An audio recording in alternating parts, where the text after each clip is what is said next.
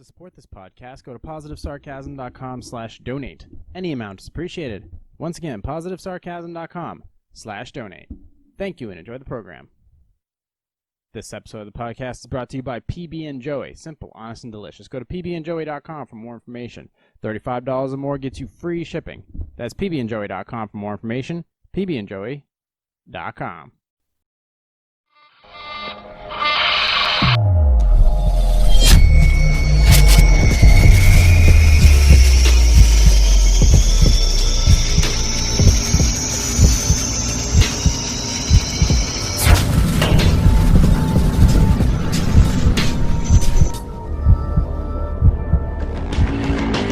Jay here, PositiveSarcasm.com, recorded here at the Spare Parts Studio. Happy Wednesday, everybody. You can find me on Instagram at +_sarcasm. You can find me on Facebook.com/POSSarcasm. Or if you just want to be my friend, which if you don't, that's perfectly okay. I understand. I rub people the wrong way sometimes. But you can still find me on Facebook.com/PositiveSarcasm if you want to go that route.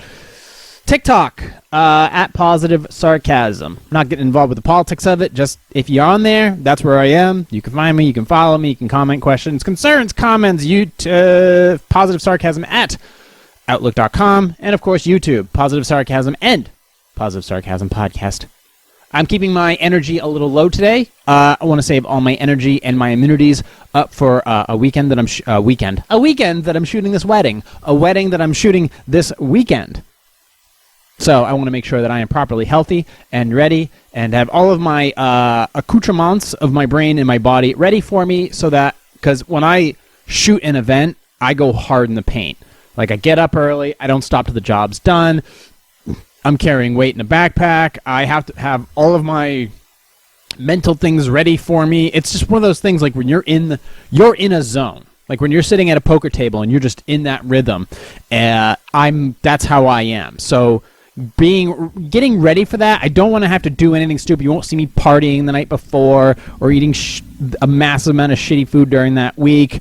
I don't even really eat.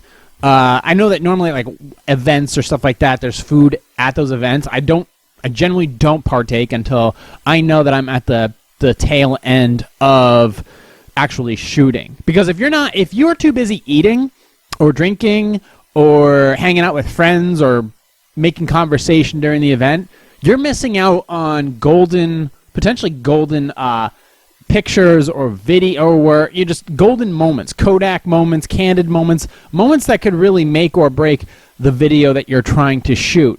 So by sitting there and shoving a hot dog down your face or doing a champagne toast or something like that, you're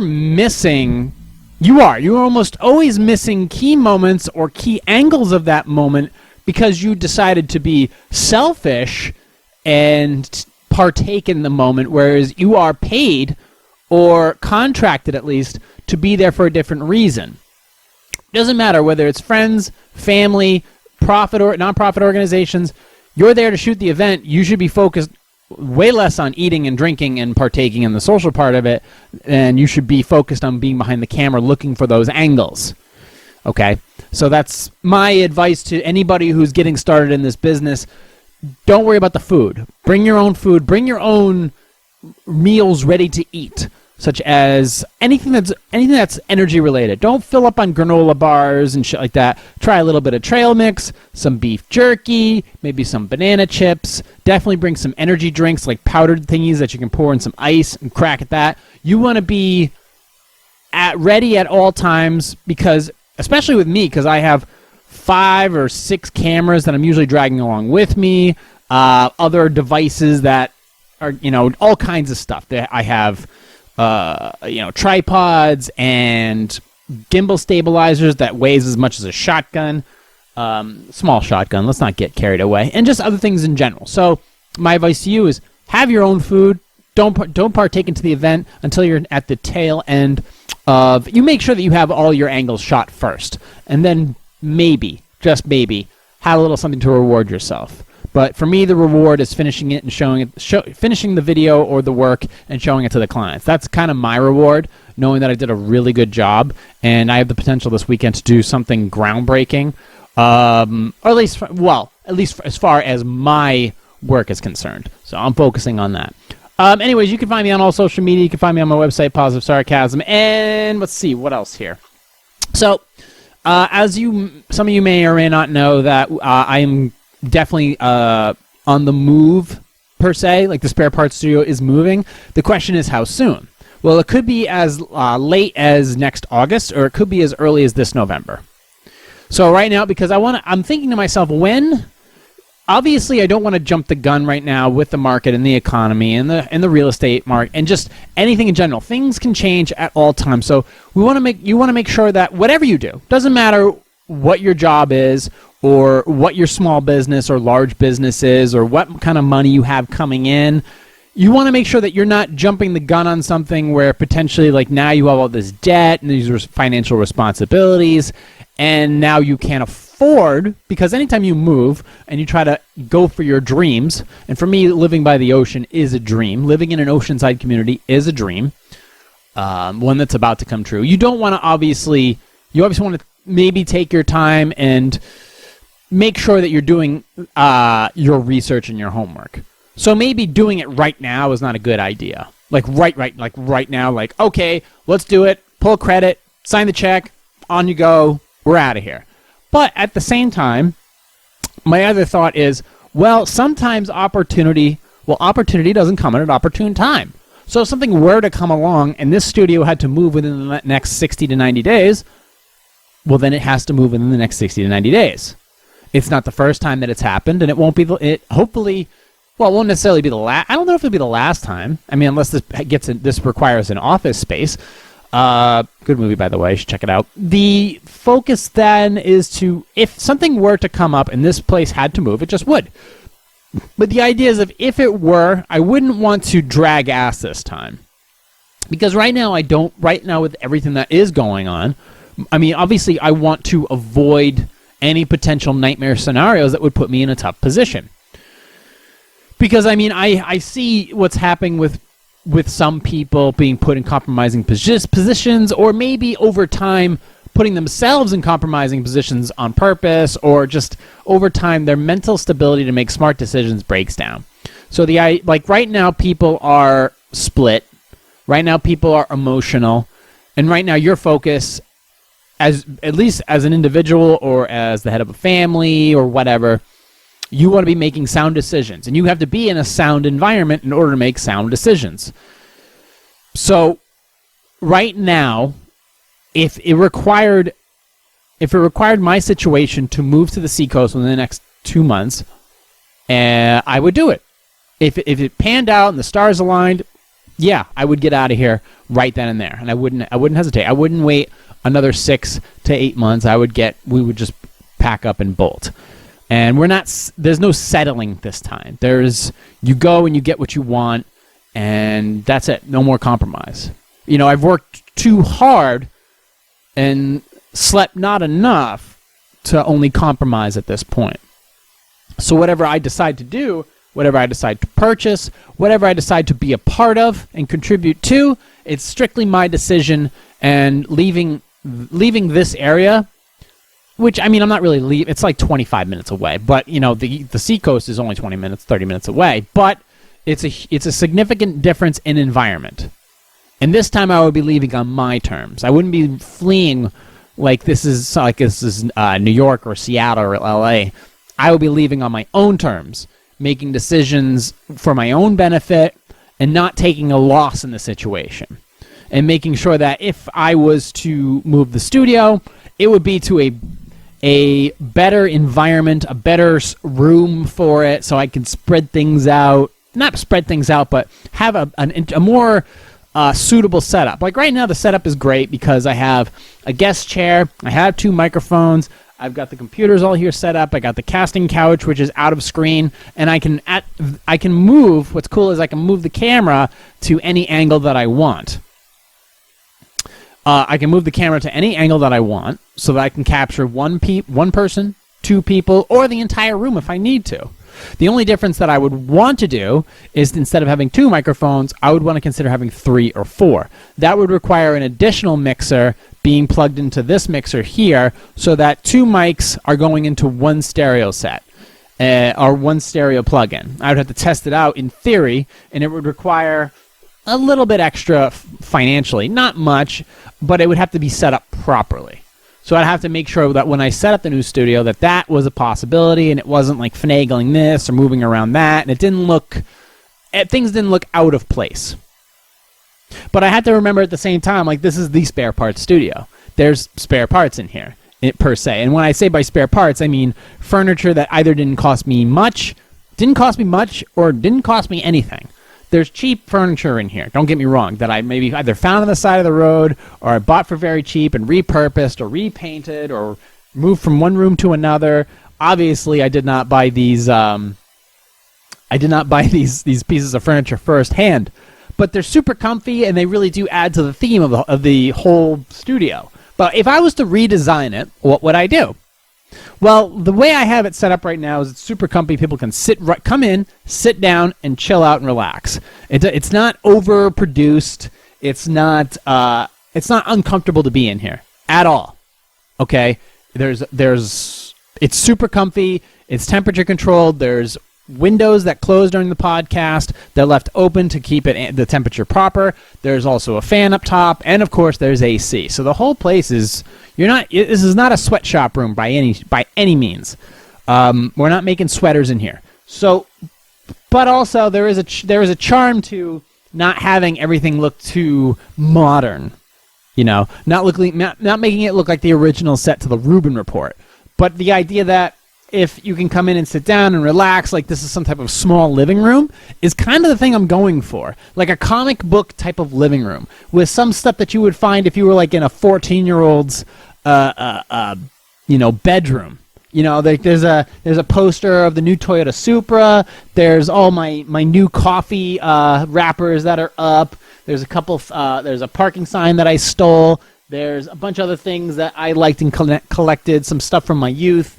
And just that. But as far as moving things around, I would like, if I was to have it my way, which I most likely will, I would have, like, as far as the computers here, if you're just listening to the podcast and not watching it, there's 3 screens in front of me. There's an article laptop which plays all the sound bits and I read all of my articles from it. And it's facing me, you don't see it.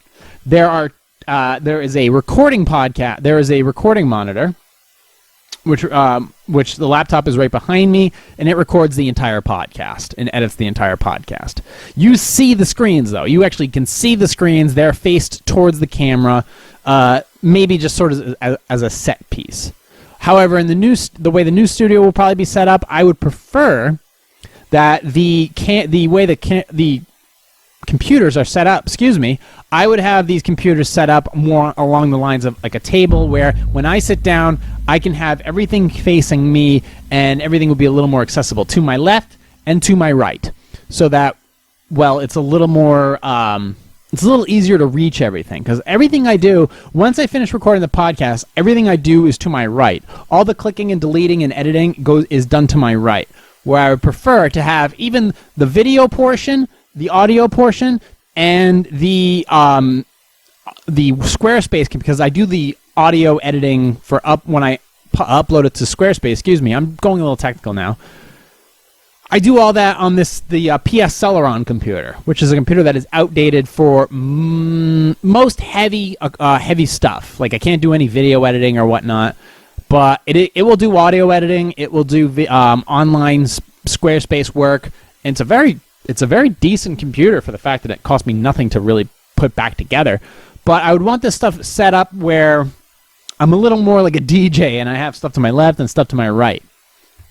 And then completely out of frame is the video recording computer, which is 2 monitors. It's a standard laptop. It specifically records in OBS, and then I edit it later for YouTube and for Facebook.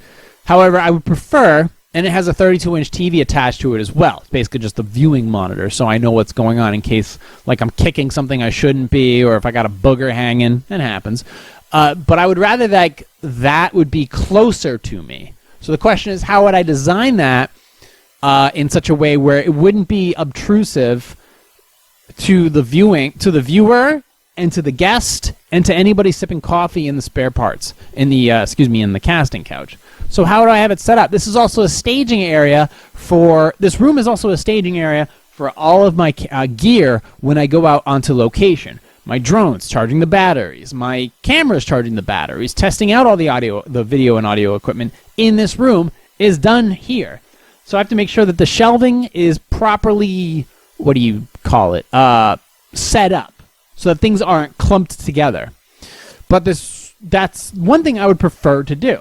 And I would still have it very spare partsy-ish. Like the coffee tables would still be here. The spare parts, the blue coffee table with the partial glass and the cartoons and the Magic the Gathering cards, all that stuff would still be there. It would still go with me. I just think it's in its own right. It belongs here. It's kind of like a centerpiece. Now, and then of course I would continue to ruin the walls with all of my frames that have coffee wrappers in them, and then a few other things as well. But obviously with the new studio there'll be some minor changes, and then there'll be my Miller Lite calendar, which is to my left right now, maybe in another section, but I'll bring that with me as well. So a lot of this stuff will come with me. The to my left also is the Cyberpunk helmet that I wore in Cyberpunk Rave and Cyberpunk Adventures, which I would love to do a couple more of those too. Even though I don't have the Dodge Stealth from the original two videos, I would still be able to do a video on that because I have a concept in my head. And with my newfound skills in CGI editing, I would be able to create some really interesting concepts with that character. So I look forward to doing that as well. So that's kind of what I'm looking forward to doing if I'm moving whether it be next year or moving in a couple months. I don't know. We'll have to, but I'm not against it at all as far as if I was to leave sooner rather than later. But this is going. Like, this is all getting thrown on a truck and outie for sure. And it's going to be it's exciting. I mean, even though my energy levels are kind of low today, kind of monotone. Shout out to Johnny Monotone. It's still, to me, it's exciting. I'm generally reserved. I generally don't talk about when good things are happening or things I'm looking forward to doing because I know that things fall apart. I don't want this one to fall apart, so I will make sure that it happens in one way or another. And it's cool to be. It's okay, even though I generally don't portray excitement or anticipation. I want you guys to know that it's okay to be excited for shit. It's okay to be pumped for, anticipating something good happening in your life. If not, it's okay. I mean, I generally don't portray that shit because maybe it's just past disappointment or what have you, but it's okay to get excited about shit. It's okay to be pumped for something and look forward to something. Not everything is all doom and gloom, even though we are probably heading for a civil war and stuff. It's still okay. There are still some things that, if you are a believer in the Second Amendment, you can still have your piece of the pie. So as long as you have your wits about you, you're smart about where you go and what you do, you can still get excited about stuff. There's still going to be opportunity for you as long as you're paying attention to whatever the world's emotional market is handing to you. So it's really something to look forward to. And believe me, if I'm kind of thinking about how cool it would be to do it, I think you guys should get excited about some things as well. Some people right now, even people in my immediate life, are not going through, they're going through some bummer type shit. Some health problems. And I always remember that there are people out there that aren't as tidied up as me. As far as most people, I don't give a fuck about most people, but there are some people out there that's like, look, you got me here. These people helped get me to where I am. So it's important for me to, whether it's today, tomorrow, or next year, making sure that I return the favor to them, or every once in a while trying to put a smile on people's faces.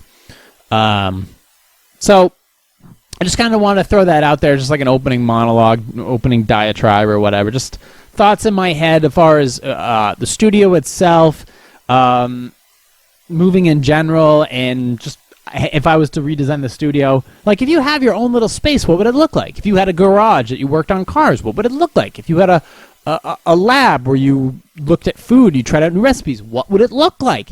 If you were a kitchen monkey and you liked being in the kitchen and playing with things, you'd have a spice rack. How would you design that, so that you can have better access to the things that you use in the kitchen, so that you can, music in each room. You should have some type of speaker system in each room. You don't need an Alexa or something like that. You could just have something where you just plug your phone in, and then boom, you can have music in that room. So if you were in the kitchen a lot, how would you design that so you can have access to everything? If you were into audio recording, how would you set that up? If you had a studio like this that you put together with very little money, how would you set that up? So that's one of the things I'm asking you. It's like, if you could have something all to your own that brings the most out of your personality or out of your creativity, or helps you get the most work done for your newfound business or your life's project, what would you do? How would you put it together? And if you have questions or comments about maybe thoughts and how you wanted to design it, or you had an idea for this or that, like a sewing room, or I don't know, whatever, you can shoot me an email, positivesarcasm@outlook.com, and maybe we can explore what would be a good idea. Remember, this shit doesn't cost a lot of money. You just have to be opportunistic. So when you see things in the store, on clearance, online, on the side of the road, you take advantage of it. So just think about that going forward. I wanted to get to, before we get to Q&A, I wanted to jump on this thing. This is one, I was going to get to it last 2 weeks, but there was just too many other cool things to really talk about. So Comcast, there's two articles that kind of go hand in hand. And one of them, this is from the first one is from Cord Cutter News, and the second one is from ScienceAlert.com. So one has to do with the large communication companies, and the second, also has to do with it, but then NASA's involved. So the first one is regarding, this is from Cord Cutter News by Jess Barnes. Comcast, Verizon, AT&T, and other cable providers lost 1.55 million customers in quarter 2 of 2020. So just the second quarter alone. April, you have July, February, March, and then you have April, May, June, and then July, August, September, and then October, November, December. There's there's your quarters. So Q2 alone. So some of the heavier months of COVID, when everything was shut down and people were losing their jobs or working from home or whatever, a ton of people were cutting the cord. And it was also not just COVID. COVID just accelerated it, but a sign of the times of people just not wanting cable anymore, not needing cable, not being able to afford cable. And then of course satellite, where Dish Network I had back in 2008. They sucked then, they suck now. But the idea of 1.55 million customers, it's a lot of people. So that's Comcast, Verizon, and AT&T that are the first three headliners. As far as, full transparency, I am no longer an account holder with Comcast. I am an account holder with Verizon Wireless, and I own shares in AT&T. So I own stock in AT&T. Not much, but I do own stock in it. So and I will actually be purchasing more in the future. So those are my, interest positions, just in case you wanted to know. I don't, figured I see that on the bottom of articles that I read nowadays. So I figured I would share some insight into where my alliances and where they are. So like I said, I'm not an account holder with Comcast anymore. I've had plenty of verbal battles that I've shared on this podcast with you guys. I've been a longtime customer of Verizon Wireless, and I've been relatively happy with them as far as a user of them. Have I had dropped calls? Yeah, I have. But I think I don't necessarily blame them for that. I think there's other outlying factors, such as did I just get disconnect from a wireless signal and what have you. But no, I'm not unhappy with them at all. They've been, I have a phone. I pay a bill, and they provide me a service. Perfect. And then I get perks here and there, and the bill's not expensive either. And I have a great phone. AT&T, I have no actual client. There's no client to provider basis there. It's just strictly shareholder and nothing more. So the article simply says, as streaming continues to grow, cable TV has once again seen a major drop in customers. The latest numbers from analysts from MoffettNathanson shows that for the second quarter of 2020, pay TV providers lost a total of 1.55 million customers. Quote, as more and more people leave the traditional ecosystem for direct-to-consumer DTE substitutes, programmers are increasingly moving their best content to their direct-to-consumer substitutes. Programmers are increasingly moving their best content to those platforms. Media companies have no choice but to target this huge market with direct-to-consumer SVOD and AVOD options. To address customers moving from cable to streaming, media companies are entering the streaming world through both launching their own services, like Warner Media's launch of HBO Max and NBC's Universal launch of Peacock. Peacock also now hosts The Dan Patrick Show, a podcast that I listened to for, I think, since 2008. I've watched it in video portion. I've watched it on YouTube. I've watched it on many different platforms. I watched it on DirecTV's streaming network. And now they're also on YouTube, and they're also on Peacock. I think they're eventually moving it. But that's just, for full transparency. I watched them. Let's see. So NBC Universal is launching Peacock. That's brand new. Acquiring streaming services added to their portfolio, like the Fox acquisition of streaming service Tubi, TUBI. In quarter two earning calls, we learned that Verizon lost 81,000 video customers. Dish Network was down 40,000 cable customers, along with a drop in Sling TV. AT&T dropped 886,000 premium TV customers. And Comcast lost 477,000 TV customers. Let's see. There was one bright spot for cable. Spectrum added 102,000 video customers for the quarter. Quote, our ability to grow our services this year from new and existing customers is a significant testament to our operating strategy, the quality of our products, and our significant investment in systems and people over the last several years. CEO and Chairman Charter Communications, Tom Rutledge. While Spectrum grew its pay TV subscriber base in part by assisting customers who were struggling during the pandemic, others specifically pointed to coronavirus as a major factor in the loss of subscribers for the quarter. So these are just some things about people are switching over to streaming platforms. So you're going to see a lot less people. I mean, as you already know, this is kind of a no-brainer. You'll see a lot less people having Comcast cable. You'll see a lot less people having Dish Network. You'll see a lot less people having DirecTV, Cox Communications cable. You'll see a lot of people obviously signing on for Comcast Internet, Spectrum Internet, Cox Internet, whatever is your internet provider. Obviously, whatever Dish, if you're out in the rural areas, having Dish satellite internet, which is generally slow. So everybody's switching over to something that is, so they'll have to make the adjustments. I think it's great because it's forcing these legacy companies that have a significant monopoly, even though they are buying up a lot of these already built streaming platforms. Like, for example, Hulu bought a few companies. Hulu's owned by, I believe, NBC. Comcast has their own streaming service. So they're buying up already operating systems. Like, it makes sense. They're basically just trying to build up, instead of some of them are offering their own streaming services, like Comcast, for example, has a ton of its own movies that it offers to its customers.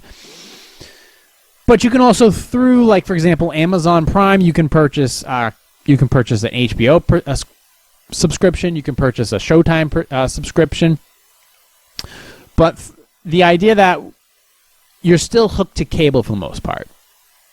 You're still subject to cable's prices. So even if you don't have Comcast cable, you're still going to pay a shit ton of money, like between $90 and $150 a month, depending upon the area that you live in, for just internet, just being hooked up to the internet.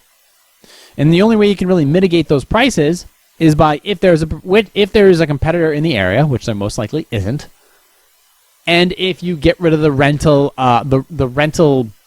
modem and router that comes with subscription to them, which is not a lot of money at the end of the day, because it's like $5 to $10 for the modem cable rental fee.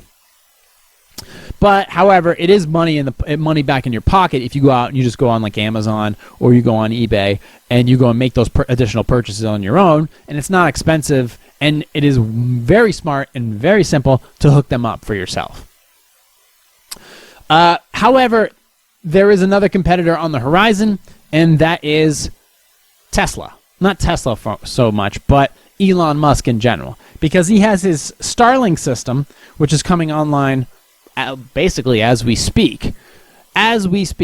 And for record, he has over 600 satellites already in the sky right now doing a low Earth orbit. And we've talked about this on the podcast, where because they're in low enough Earth orbit, they can deliver cable-like or close to cable or DSL-like speeds to rural areas all over the United States.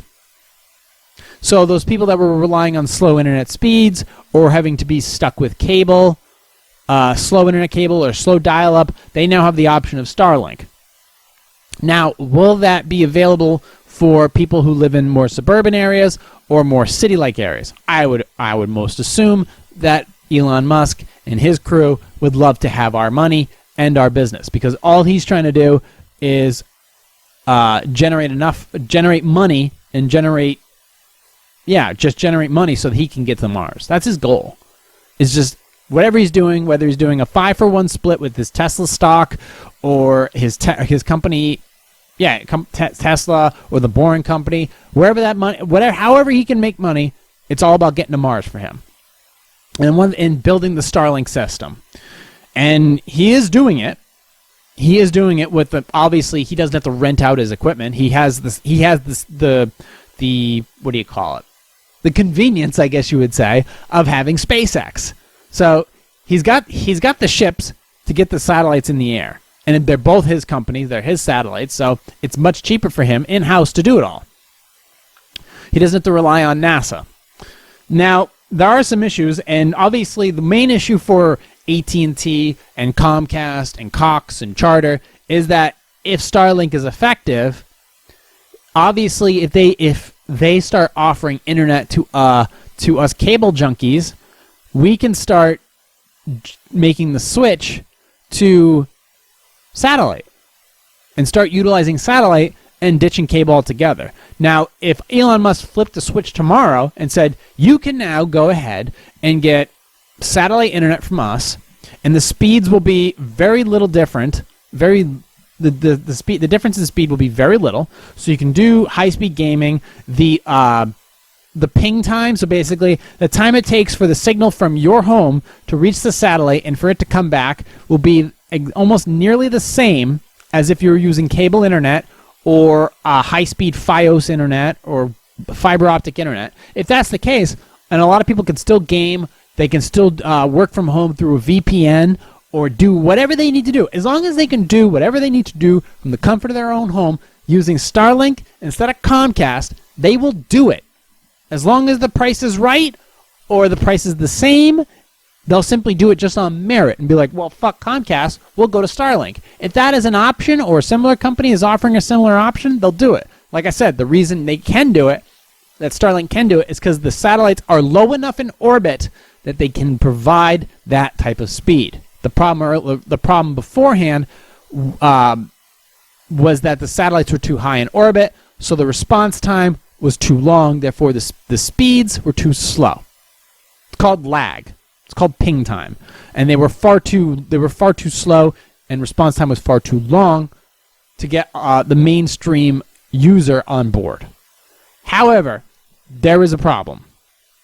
According to ScienceAlert.com, courtesy of Peter Dockrell, there is a vast growing anomaly in the Earth's magnetic field.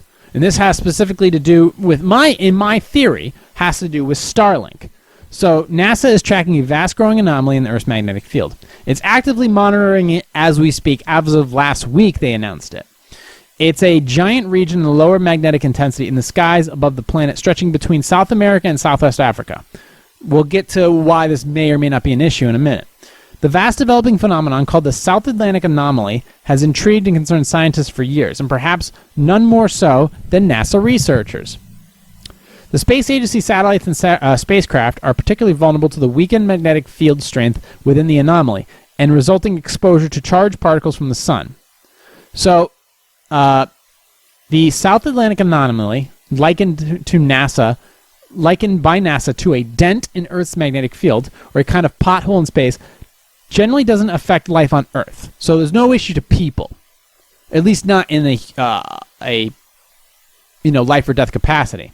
But the same can't be said for orbital spacecraft, including the International Space Station, which just sprung an oxygen leak this past week, which passed directly through the anomaly as they loop around the planet at low Earth orbit altitudes. During these encounters, the reduced magnetic field strength inside the anomaly means technological systems onboard satellites can short-circuit and malfunction if they become struck by high enough energy protons emanating from the sun.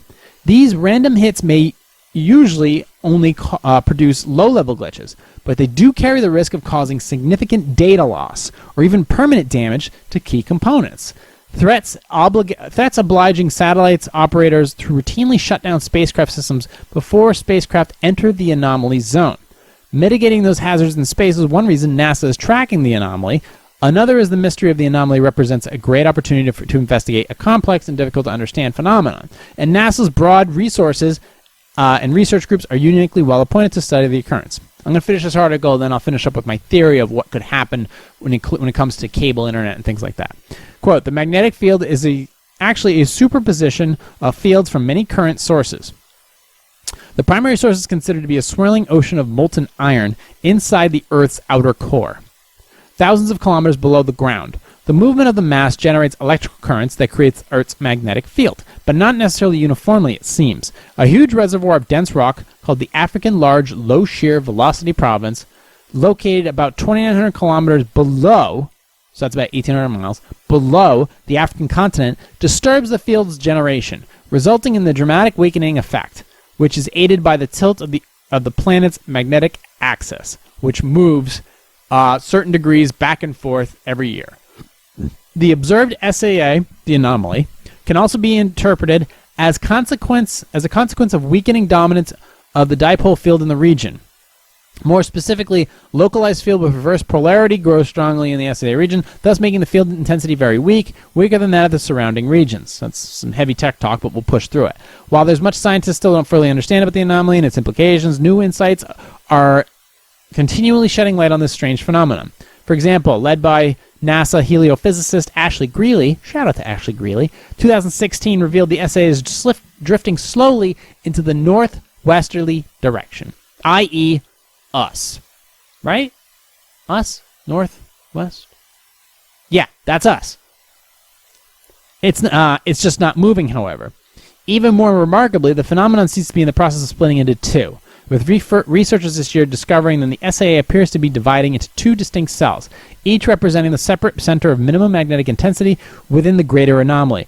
Just what does that mean for the future of the anomaly remains unknown, but in any case, there's evidence to suggest the anomaly is not a new appearance. A study published last month suggests that the phenomenon is not a freak event of recent times, but a recurrent magnetic event that may have affected Earth as far back as 11 million years ago. Newsflash, there wasn't any satellites here 11 million years ago. At least, not built by humans.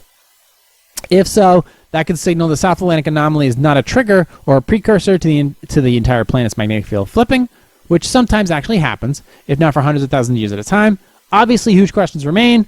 Even though the SAA is slowly moving, it is going through some change in morphology. So it's also important that we keep observing it by having continued missions, because that's what helps us make models and predictions.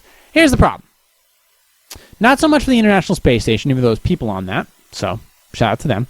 The idea that it specifically can doesn't target, but it can affect the operations of low Earth orbit satellites. So whether through magnetic fields or direct sunlight or heat or shockwave or what have you, the idea that this anomaly can affect low Earth satellite orbits through circuitry malfunction can be a problem. Because these things have design speeds, designed tracks. Like they go in a specific direction at a specific speed with specific functions. And anything that could potentially short-circuit those satellites is a problem. Here's the issue. Starlink, Elon Musk's baby. Well, it's not baby, it's babies. About 600 satellites. They all are in low Earth orbit. They all travel in patterns like birds in low Earth orbit around the world. The question is, do they travel, and you can see them, especially in pictures, these things travel in packs so that they can provide very quick communication with customers and clients and contract workers and whatever. Do they travel near this anomaly? And if they do, they travel through it. Are they affected by it? Imagine if a ton of these Starlink satellites, there's 600 of them, mind you, and they all work in synchronicity with one another. They travel through this anomaly, and one or more of them is subject to circuitry malfunction due to the anomaly. What happens? What happens to the rest of them that are around it? Do they pick up the slack? Do they fail like Christmas lights? And if so, how does that affect things on the ground? How does it affect VPN connections if there were one? How does it affect telecommunications if there were any? How does it affect TV if there were any? Streaming services, financial information. That's an issue. And if they malfunction, what happens to their speed, their trajectory, their orbit? Does it go up? Does it go down? Do they burn up in the atmosphere? These are questions and issues that I'm concerned about if this anomaly is as dangerous as they say, at least for low Earth orbiting satellites, which Starlink satellites are specifically for. Are Starlink satellites capable of handling whatever this anomaly and the sun can give? If they can, great. They'll pass through the anomaly, no circuitry will get damaged, and they'll continue to provide services for whoever they're designed for. If not, do they require a replacement? How quick can the replacements get up? And remember, you're also dealing with not just Starlink, which is 600 satellites in itself, but several other low Earth orbit satellites, space stations, and space junk, space debris, which we have a massive problem with. Not to mention continuing satellite launches, space shuttle launches, and additional information and things of that nature. So how bad could Starlink's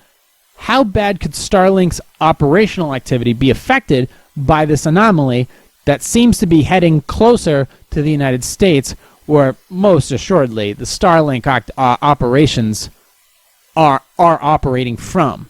So I'm just curious, how's that going to affect it? Is that an issue? Does Elon Musk aware of it? I'm pretty sure he is. But can these satellites handle basically a magnetic hurricane or a magnetic tornado, whatever you want to call it? So I'm just curious about that, if that's an issue. So we're at 42 minutes. Let's close up with some Q&A. I will be by the Seacoast this weekend. I will be attending a private function. I'm contracted to record it, so you'll be seeing that on YouTube, or most likely on YouTube. I have to get permission from the clients first before publishing it on there. Either way. So let's go ahead and get some Q&A, and then we'll close up shop for today.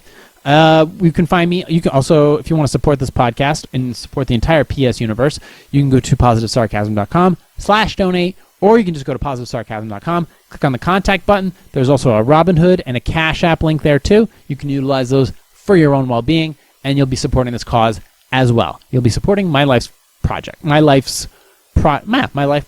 would highly, highly appreciate it. Let's get to some Q&A. Where are they? There they are. I didn't do any Q&A last week. I was fine with that, though. All right, here we go. Is my mother-in-law co-opting another culture by asking for our child to call her Mima? What the fuck's a Mima? My husband and I have a 4-month-old boy. I'm Korean American, so our son would call my mother Halmani, the Korean word for grandmother. However, my mother-in-law keeps referring to herself as Mima, and has seemingly decided that this is what our son will call her. I'm reluctant to use that term for her, since it looks like commonly used in other cultures that are not her own. From my understanding, my husband's family has distant German roots, 3 or 4 generations back. So at the very least, Oma would make way more sense. I think she picked Mima because it sounds more interesting than grandma. But I'm concerned that it's more interesting because it's co-opting another culture. We are very far from when our son would even speak his first word, but I want to sort this out now. Do I just go along with Mima as his grandmother's name? Well, all right. Let's look at this from a very simplistic angle. There are far bigger issues. I understand protecting culture, protecting history is important at all costs. If you understand where you came from, you'll get a better clue of where you're going. And you'll appreciate both along the way. So I would just leave it alone altogether. Completely altogether. I'm assuming that there are more things as far as Mima is something that you hear in a lot of cultures, and it is something that is commonly used in the South. Therefore, whatever. I think I would just leave it alone because cultural sensitivity is for bitches. So you need to just leave it alone. As long as your grandmother is present and a good grandmother, as long as the family that you are working with in conjunction with your children and with your spouse, as long as it's good family, it doesn't matter what you call them. It doesn't really matter what you call them in the long run. And there'll just be a story behind it that you can tell to your kids when they graduate high school. So it's really no big deal. Cultural sensitivity is not something you really need to worry about. There are people that are out there right now that are telling you that you should be worrying about cultural sensitivity. Those are actually the people you need to ignore. So if she wants to be called Mima, call her Mima. Who cares? Let's get to the next Q&A. Why won't my girlfriend agree to keep dating me after I kicked her out of our home in favor of my daughter? I am a semi-retired man, still in good health both physically and mentally. Several years after my divorce in 2007, I met a woman. I'll refer to her as Jane. Okay, great. After a few dates, I could tell we could be together for the rest of our lives. Congratulations. My daughter continued to live with me through her mid-20s because she was still trying to decide on the best career to pursue. Jane lived in an apartment with her teenage son, who has a medical issue that makes living on his own difficult. After 2 or 3 years of dating, Jane told me that she did not want to continue our relationship unless we moved in together. Around this time, my daughter was moving into an apartment with her boyfriend, and I agreed that Jane, with her son, could move into my house. Well, after 3 years, my daughter and her now fiancé decided that they had to move back to my house because of serious financial reasons. I spent much time and money rearranging my house to accommodate my daughter and her fiancé, Jane, and her son, and myself. From the start, the two families did not get along well, primarily due to different lifestyles. Because my daughter and her fiancé still have no source of income, and Jane has a well-paying job, I realized that for the sake of harmony, I needed to ask Jane to find an apartment.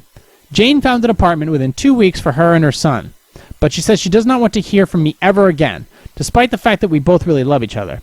I do not want to lose Jane, and I miss her terribly, but I believe I had no other choice.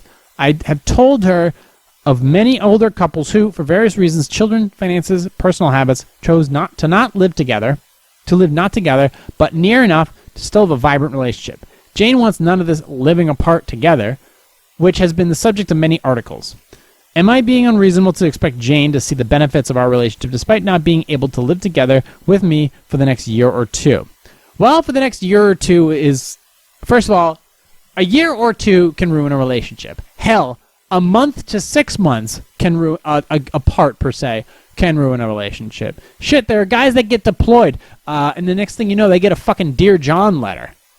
So, what do you expect? Yeah, I understand her concern, but let's back up a little bit here.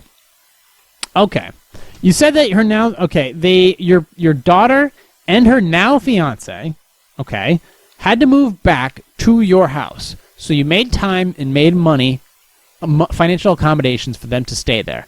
All right. Serious financial reasons. Okay.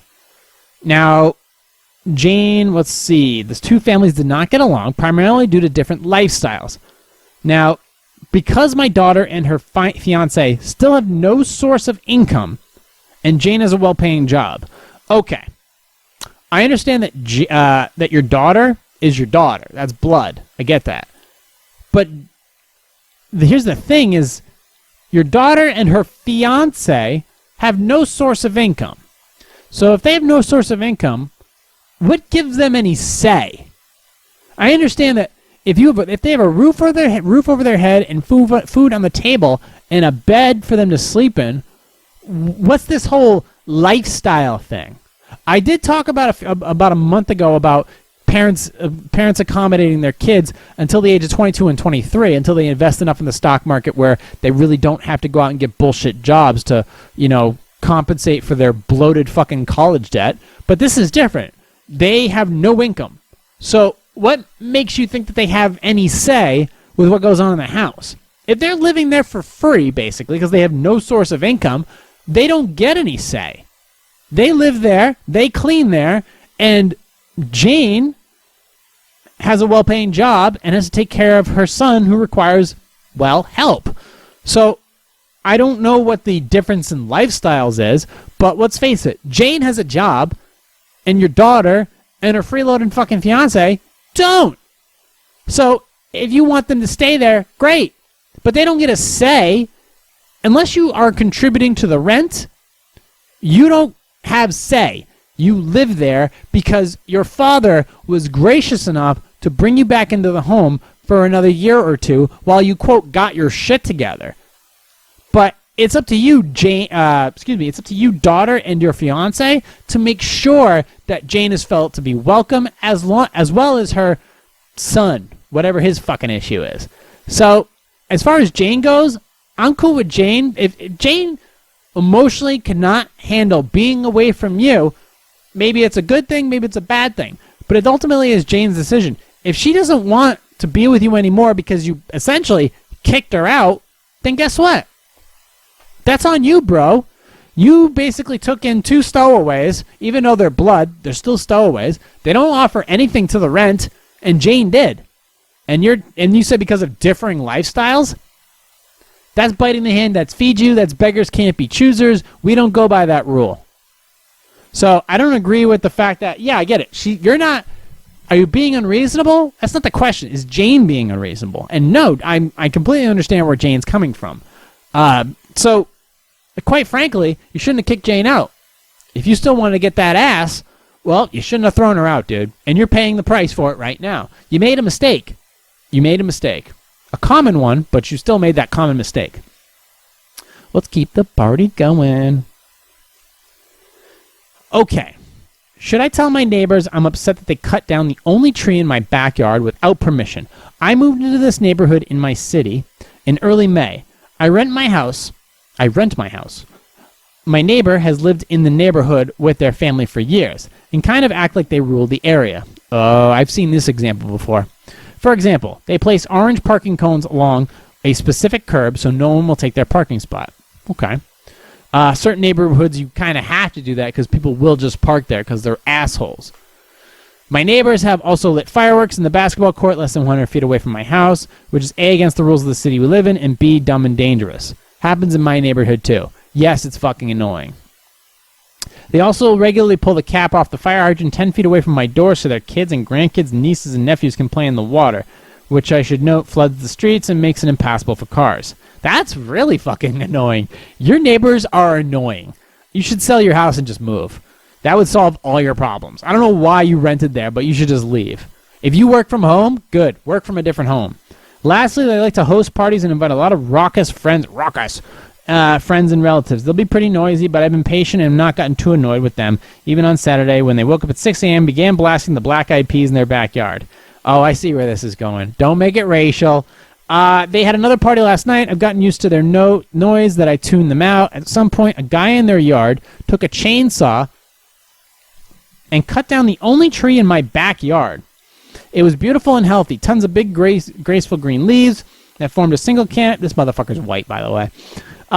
They cut the entire thing down except for a bit of the trunk and left a giant mess of branches and leaves for me to clean up. They didn't leave a note or anything. The only reason I found out about it is because my other neighbor said she was up last night and saw a guy in question hacking away at my tree. I'm pissed. My backyard is small since I live in a city, and it didn't have any foliage except for that tree. I want to tell my neighbor off, but even so, that won't bring the tree back, and I don't want to create bad blood between us. Should I suck it up and move on? Okay. Listen. if the question is the tree. All right, I get it. Here's one situation where if you cut down a tree and the tree has branches that go into your neighbor's backyard, or for example, if you have a tree branch in your backyard, but the actual tree is in your neighbor's backyard, you have to get permission. There has to be negotiation and permission before you do anything to that tree. Okay, and ultimately, I think it is up to the responsibility of the owner, the property owner who has the tree on it, to do stuff to maintain the tree, and especially when it comes to compensation and damages. If this tree was on your property, if you rented property or you own the property, and somebody comes onto your property and cuts down or manipulates or vandalizes a piece of that property, including a tree, that's illegal. That's number one, it's trespassing, and number two, it's vandalism, and it's destruction of private property. Now, if you own it, you call the police. If you rent it, you call the landlord, and the landlord deals with it. And you also have to contact the city and let them know. At that point, if they didn't apologize, you first of all, you do talk to the neighbors. You do ask them why they do that, and they need to compensate the homeowner of that property. Number two, obviously it's not gonna. I don't know if it's gonna happen, but you're gonna go that route anyways because you're the decent guy in this scenario. I think we'll assume that you're the decent guy in this scenario, and you put up with a lot of suburban shit. But if they cut down a tree, don't ask for permission, and don't say anything about it, guess what? That's illegal. They cut it down on your property. They trespassed. They broke the law. That's destruction of private property. So you contact the landlord and you call the police. Simple as that. You're not playing fucking games anymore. There's no more games when it comes to protection of private property. Not right now. Not with everything's going on. You do not let people onto your property for any reason. If you stand for nothing, you will fall for everything, and you will become victim. You will become the victim of everyone. And they will come for you, and they'll just see you as a pushover. You don't let that happen. You don't allow that to happen. Somebody cuts on my tree. I have 2 massive trees in my property, 2 of them. And if anybody cut them down without my permission, fucking heads would roll. Okay? You do not come onto my property for any reason, without my permission. 0. Whether I'm renting or owning, you don't step foot on it. If your dog pees on the sidewalk next to my house, that's different. He takes a shit, you bag it up, you move along your way. I don't care. I'm in a dog walking neighborhood. No big deal. I love dogs. All kinds. So, but that's different. But if you come onto my lawn, if you come on my lawn and grab something, if you touch my car, if you go near my plants, if you go near my trees, if you go to my front, if you step on my fucking porch, it's warfare. It's pure warfare. You are infringing upon private property. You are infringing upon the rights and the personal security of the homeowner and the renter. And the renter has just as many rights as the homeowner. There are protections built in place. And also, it could also compromise the rental agreement if property is destroyed without your awareness. That can void the rent as well. For example, if you have a porch and something happens to the porch and the porch doesn't get repaired, but you in your rental agreement, you got an apartment or a house with a porch. Well, if that doesn't get replaced, that's a violation in terms of the agreement, and the contract is void. Granted, you have to leave, but it's a contract. It's a voided contract. Same thing with it's really no different with a tree. You signed up for a tree, you get a tree.